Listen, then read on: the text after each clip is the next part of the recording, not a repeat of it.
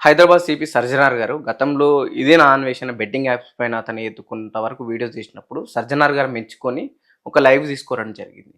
So ఇంత పెద్ద issue నడుస్తున్న ఉమెన్ కమిషన్ దగ్గరికి వెళ్ళిన మొత్తం సోషల్ మీడియా 2 తెలుగు రాష్ట్రాల సోషల్ మీడియా, మీడియాతో పాటు మెయిన్ స్ట్రీమ్ మీడియా కూడా ఇదే అంశాన్ని చర్చిస్తున్నా. ఎందుకు సిపి సర్జనార్ గారు ఇంకా మాట్లాడట్లేదు అంటే ఏం చెప్తారు? ఇప్పుడు ఆయన ఎందుకు మాట్లాడట్లేదు అనేది మీరు కనుక్కోవాలండి. నేను ఏది చెప్పినా కూడా అది ఒపీనియన్ అవుతుంది. Maybe that opinion could be wrong some times. So I don't want to go into any controversy. అంటే అటు ఆ విషయాన్ని స్పందించినప్పుడు ఈ విషయం ఎందుకు స్పందిస్తలేరు అనే క్వశ్చన్స్ కూడా వస్తున్నాయి. డెఫినెట్గా యాక్చువల్లీ ఇది డిపార్ట్మెంట్ సుమోటోగా తీసుకోవాల్సిన కేసు అండి. ఎందుకంటే వాడు అవమానించింది సీతమ్మ తల్లిని, అలాగే ద్రౌపది మాతని. ఆల్రెడీ అలహాబాద్ హైకోర్టు తీర్పు ఉంది.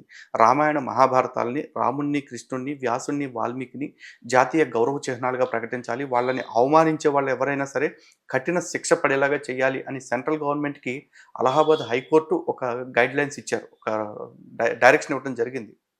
ఆ కోర్టు డైరెక్షన్ బేస్ చేసుకుంటే ఇప్పుడు రామాయణంలో ఉన్న సీతమ్మ తల్లిని, మహాభారతంలో ఉన్న ద్రౌపది మాతని ఇద్దరిని అవమానించాడు. మరి ఇంకా ఎందుకు తీసుకురావట్లేదు వాడిని?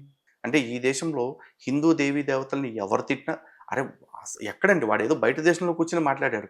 ఈ దేశంలో కూర్చొని మాట్లాడుతూ మన రాష్ట్ర పండుగ అయిన బతుకమ్మ తల్లి గురించి అవమానకరంగా మాట్లాడిన అసదుద్దీన్ ఓవైసీని ఏం చేశారు ఇప్పుడు దాకా? భాగ్యలక్ష్మి అమ్మవారి గురించి మాట్లాడిన వాడిని, రాముణ్ణి వాళ్ళ తల్లి కౌసల్య ఎక్కడెక్కడ తిరిగి కనిందో అని చెప్పిన అక్బరుద్దీన్ ఓవైసీని ఏం చేశారు ఇప్పుడు దాకా? వీళ్ళని ఏమీ చేయలేనోడు ఎక్కడో దాక్కున్నోడు ఏదో చేస్తారన్న ఆశ మాకైతే లేదు. అందుకే ఈ అన్సబ్స్క్రైబ్ క్యాంపెయిన్. ఎందుకంటే ఇప్పుడు అన్సబ్స్క్రిప్షన్స్ చేయటం వల్ల వాడి ఛానల్కి ఏదో నష్టం జరిగిపోద్ది, వాడికి ఏదో నష్టం జరిగిపోద్దని మేము అనుకోవట్లేదు. But what we can do maximum అది మేము చేస్తున్నాం. యూనిటీగా ఉన్నారని చూపించడానికి డెఫినెట్గా అంతే. ఇక డిపార్ట్మెంట్ పరంగా వాళ్ళకి ఏమైనా చిత్తశుద్ధి ఉంటే ఇప్పుడు వాళ్ళ యాక్షన్. సో నా అన్వేషణ, నేను ఇండియాకు రాను, ఇండియాకు వస్తే నా కూతురు అయినా సరే ఇక్కడ రేప్ చేసే పరిస్థితి ఉందని తనకు బలమైన వ్యాఖ్యలు చేసింది ఇక్కడ నుంచి వెళ్ళిన వ్యక్తి. సో దీనికి ఏమో వాడి బాధ ఏంటో మనకు తెలియదు కదండి. ఇప్పుడు ఆల్రెడీ వాళ్ళ అమ్మ, వాళ్ళ వాళ్ళ చెల్లెళ్ళు, వాళ్ళ అక్కలు అందరు ఇక్కడే ఉన్నారు. వాళ్ళందరినీ ఎవరైనా రేపులు చేశారేమో, అదే ఒపీనియన్ తన అందుకే అదే ఒపీనియన్ ని నా కూతురు కూడా రేపు చేస్తారేమో అన్న భయం వచ్చిందంటే ఆల్రెడీ ఇక్కడ ఉన్న వాళ్ళ చుట్టాలందరినీ ఎవరైనా రేపులు చేస్తుంటారు. కాబట్టి కూతురు పుడితే కూతురుకు కూడా సెక్యూరిటీ ఉండదని భయపడుతున్నాడేమో. మనం అతని సైడ్ నుంచి కూడా ఆలోచిద్దాం పాజిటివ్ గా. తప్ప ఇది బేస్ చేసుకుని తను మాట్లాడింది అంటారు అంతే. మరి అదే అనిపిస్తుంది నాకైతే. నాకు పెద్ద రీజన్ ఏం కనపట్ల. ఎందుకంటే మేము చాలా మంది ఆడబిడ్డలను చూస్తున్నాం. మా బంధువుల్లో ఉన్నారు, మా కుటుంబాల్లో ఉన్నారు, మా ఆఫీసుల్లో ఉన్నారు, మేము వెళ్ళే మీటింగ్స్లో కనపడుతున్నారు. వాళ్ళు ఎవరో రేపులకు గురవ్వట్లేదు. మరి వీడికి మాత్రమే ఆ భయం పట్టింది అంటే బహుశా వీడి బంధువులు, వీడి కుటుంబంలో ఉన్న వాళ్ళందరినీ ఎవరన్నా రేపులు చేశారేమో మరి అనిపిస్తుంది. అవసరమా నా ఇన్వెషన్ గురించి ఇంకా చర్చించడం మీడియాలో, సోషల్ మీడియాలో అంటే ఏం చెప్తారు? అవసరమా అంటే వాడి గురించి చర్చించడానికి ఏమీ లేదండి. వాడు కరెక్ట్ చేశాడా తప్పు చేశాడా అనేది ఆల్రెడీ జడ్జ్మెంట్ అయిపోయింది. వాడు తప్పుడు మాటలు మాట్లాడాడు, క్షమాపణ కూడా సబ్స్క్రైబ్ చేయటం. వాడు క్షమాపణ కోరలేదు. వాడికి క్షమాపణ చెప్పినట్టు ఎక్కడైనా ఒక వీడియోలో చూపించండి. క్షమించండి అనే పదం వాడితే క్షమాపణలు కోరినట్టు కాదు, పశ్చాత్తాపం కూడా కనపడాల. ఊరికి వాడి క్షమాపణ దేనికి అడిగాడు? నాదేదో మాటలు ఫ్లోలో దొర్లాయి కానీ నా వ్యాఖ్యల్ని వక్రీకరించారు. ఏది వక్రీకరించారు? సీతమ్మ తల్లి మీద అత్యాచారం ఎందుకు జరిగింది అన్నమాట వక్రీకరణ నువ్వు అన్నది కదా. ద్రౌపది మీద అత్యాచారం ఎందుకు జరిగింది అన్నమాట వక్రీకరణ నువ్వు అన్నది కదా. ఆడ అనాల్సిన మాటలు అనేసి నా వ్యాఖ్యల్ని వక్రీకరించారు, దయచేసి నన్ను క్షమించండి అంటే, ఒరే నేను తప్పు మాట్లాడాను, నన్ను క్షమించండి, ఇంకోసారి ఎప్పుడు మాట్లాడను అంటే ఇది క్షమాపణ అవుతుంది. అప్పుడు వాడిని క్షమించడం గురించి పునరాలోచన చేసుకో. సో ఈ భారతదేశంలో మహిళని యొక్క దేవతతో పూజించే ఈ దేశంలో తను చేసే వీడియోలల్లో ఆటగాన్ని లేదా ఇంకో రకంగా మహిళని అవమానకరంగా మాట్లాడుతున్నప్పుడు ఎందుకు ఈ యూనిటీ రాలేదని చెప్పేసి కూడా కొంతమంది మాట్లాడుతారు. సమాజంలో మంచి చెడు రెండు ఎప్పుడూ ఉంటాయండి, కొత్తగా ఏం రాలేదు కదా. ఇప్పుడు స్త్రీని తల్లిగా దేవతగా పూజిస్తున్న త్రేతాయుగంలో కూడా రావణాసురుడు లాంటి వాడు ఉన్నాడుగా. అలాగే స్త్రీని అంత మర్యాదతో చూస్తున్న రోజుల్లో కూడా దుశ్శాసనుడు, కీచకుడు లాంటి నీచులు ఉన్నారుగా. ఆ యుగ ధర్మాన్ని బట్టి రామాయణంలో ఒకటి కనపడ్డాడు, భారతంలో 2-3 కనపడ్డారు, కలియుగంలోకి వచ్చేపాటికి వీధికి ఒకటి కనపడుతున్నాడు. ప్రతి చోట ఎదవలు ఉంటారు. బహుశా అలాంటి ఎదవలకి వీడు చూపిస్తున్న ఆ కంటెంట్ నచ్చుతుంది కావచ్చు. అంటే కేవలం ఇక్కడ మీలాంటి వారు మాట్లాడుతున్నప్పుడు కేవలం నాన్వేషణ మాట్లాడుతుంది కాదు, తినకన్నా ముందు మాట్లాడలేము, తిన తర్వాత కూడా మాట్లాడే అవకాశాలు ఉన్నాయని చెప్పేసి కూడా మీలాంటి వాళ్ళు చెప్తూ వస్తున్నారు. సో దీనికి కట్టడి చేయాల్సిన అవసరం ఉందా? కట్టడి చేసే ప్రయత్నమే కదా ఇప్పుడు ఈ అన్సబ్స్క్రిప్షన్ క్యాంపెయినింగ్. ఎందుకంటే నా అన్వేషణే కాదు, శివాజీ మొదటివాడు కాదు, నా అన్వేషణ మొదటివాడు కాదు. శివాజీ చివరివాడి కాదు, నా అన్వేషణ చివరివాడి కాదు. మంచి చెప్పేవాడు ఉంటాడు, చెడు చెప్పేవాడు ఉంటాడు. శివాజీకి ఆడవాళ్ళందరూ బట్టలు వేసుకుని తిరగటం వల్ల నయా పైసా ప్రయోజనం ఏమైనా ఉందా? లేదు. కానీ ఆడవాళ్ళందరూ ఇప్పుకు తిరగటం వల్ల ఈ నాన్ వేషణ లాంటి వాడికి బోల్డ్ ప్రయోజనం ఉంది. ఈ సినిమా వాళ్ళు ఎవరైతే దాన్ని సపోర్ట్ చేస్తున్నారో వాళ్ళకి బోల్డ్ ప్రయోజనం ఉంది. వ్యూవర్షిప్ వస్తుంది. వాళ్ళ శరీరాలను చూపించుకుంటూ, వాళ్ళని ఐటమ్ గర్ల్స్ గా చూపించుకుంటూ, వాళ్ళని వ్యభిచారులుగా లేకపోతే బాడీ ఎక్స్పోజింగ్ చేసే వాళ్ళగా చూపించుకుంటూ వాళ్ళ వ్యాపారాలు వాళ్ళు చేసుకుంటున్నారు. కాబట్టి వీళ్ళకి అవసరం. శివాజీ లాంటి వాడికి, గరికపాటి లాంటి వాళ్ళకి, నాలాంటి వాళ్ళకి ఆడవాళ్ళు బట్టలు వేసుకోవటం వల్ల నయా పైసా ప్రయోజనం లేదు.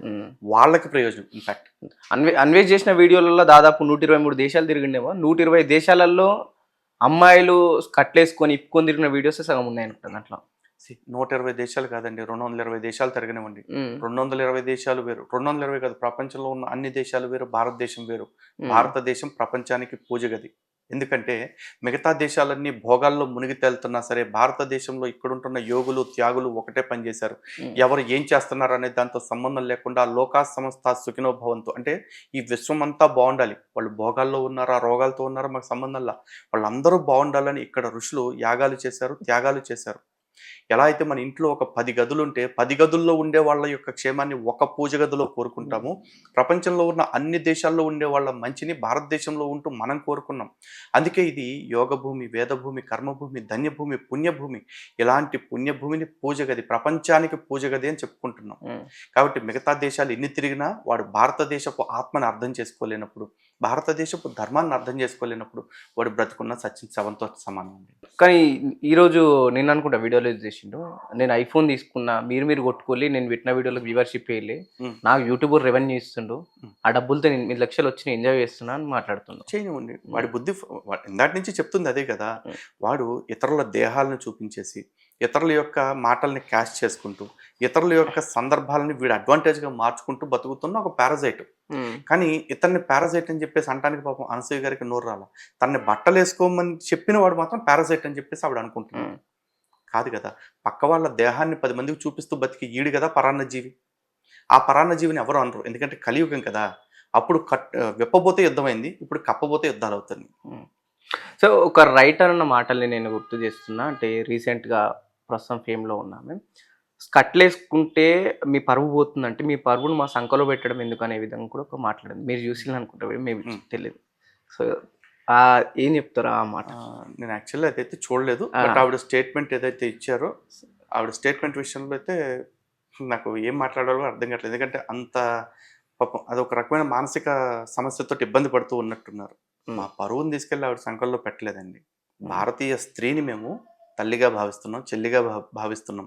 మాతృవత్ పరధారేషు అనేది సనాతన ధర్మం మాకు చెప్తున్న సూత్రం.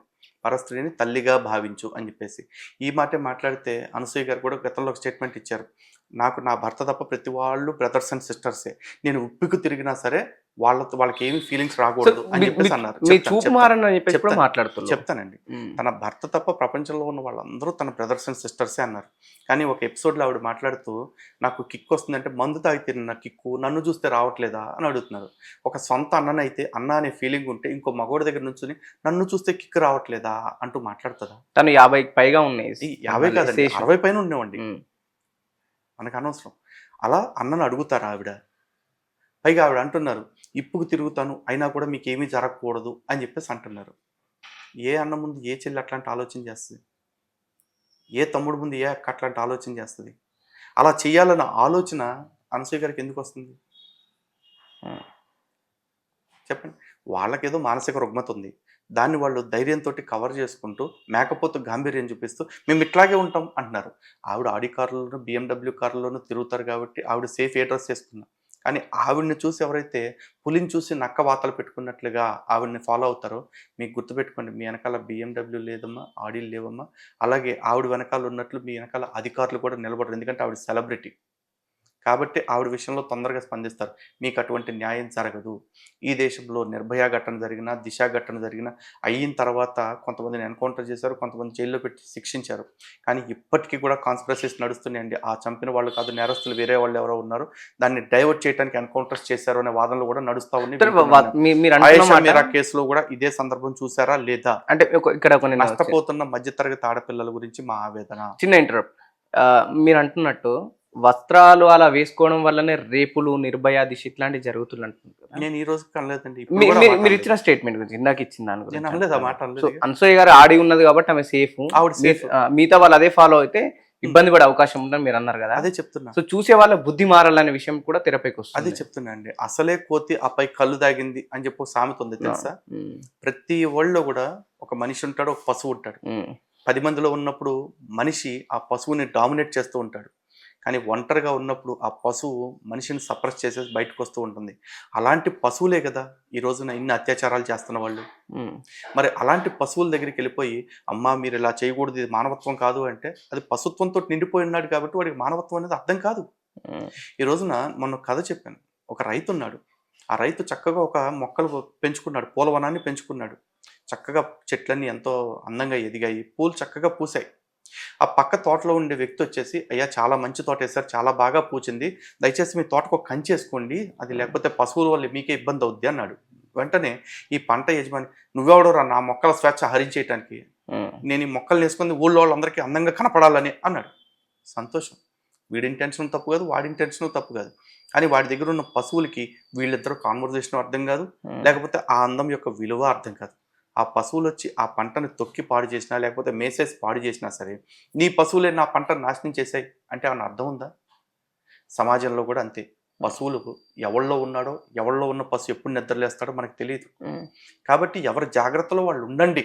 ఇది అంటే నేను చెప్తున్నాను. నేను ఇది ఏమంటున్నా డ్రెస్ వేసుకోవటం వల్లే జరుగుతుంది అనే మాట అన్నట్ల. ఉమ్. ఆ డ్రెస్ కూడా కొన్ని సార్లు ఫ్యాక్టర్ అవ్వచ్చు. అది క్వశ్చన్ మార్క్ అవ్వచ్చు అంతే. అవ్వచ్చు. ఇప్పుడు ప్రాబిలిటీస్ ఉందా లేదా ఉమ్, ఇది చెప్పండి. ఇప్పుడు కొందరికి శారీలో కంఫర్ట్ ఉంటుంది, ఉమ్. కొందరికి ఇంకో డ్రెస్లో కంఫర్ట్ ఉంటుంది, కొందరు స్కర్ట్లో కంఫర్ట్ ఉంటుంది, జీన్స్లో కొందరు కంఫర్ట్ ఉంటుంది. సో ఆ కంఫర్ట్నెస్ని ఎందుకు కొంతమంది హరిస్తుళ్ళు, బంధిస్తుళ్ళు అనే విధంగా కూడా కొన్ని క్వశ్చన్స్ వస్తున్నాయి. ఇప్పుడు కంఫర్ట్స్ అంటే చెప్తానండి. జీన్స్, టీషర్ట్స్ లేదా ఫ్రాక్స్, స్కర్ట్స్ ఏవైనా వేసుకోండి. అంటే బట్టలు ఎందుకు వేసుకుంటాము? మన యొక్క నగ్నత్వాన్ని దాచుకోవటానికేగా. బట్టల యొక్క పర్పస్ కేవలం చలి నుంచి ఎండ నుంచి కాపాడుకోవటానిక. కేవలం చలి ఎండల నుంచి కాపాడుకోవటానికైతే ఇన్ని ఫ్యాషన్సే అక్కర్లేదు కదా. మనం ఎదుటివాడికి అందంగా కనిపించాలని, మన దేహం ఎదుటివాడికి అందంగా కనిపించాలని కాదు. అవునా? మన దేహమే కనిపించాలి అందంగా అనుకుంటే అవి కూడా ఇప్పేసి దేహంలో ఉన్న అవయవాల్ని ఇంకా ఫిట్గా, ఇంకా సాఫ్ట్గా, ఇంకా నాజుగ్గా కనపడేలాగా చేసుకోవాలి కదా. మనుషులు అలా ఎందుకు చేయట్లేదు? ఉమ్, మనం పశువులం కాదు కదండి, మనుషులం కదా. ఇప్పుడు మనిషికి పశువుకి ఉన్న తేడా ఏంటంటే విచక్షణ.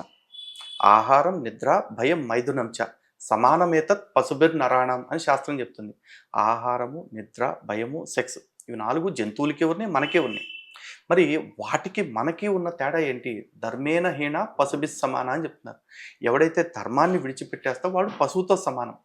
ఆ పశువులకి ధర్మం అనేది లేదు, కానీ మనకు ధర్మం ఉంది కదా. ఆ ధర్మాన్ని మనం పాటించాలి. ఆ ధర్మాల్లో ఒకటి శరీరాన్ని కాపాడుకోవటం.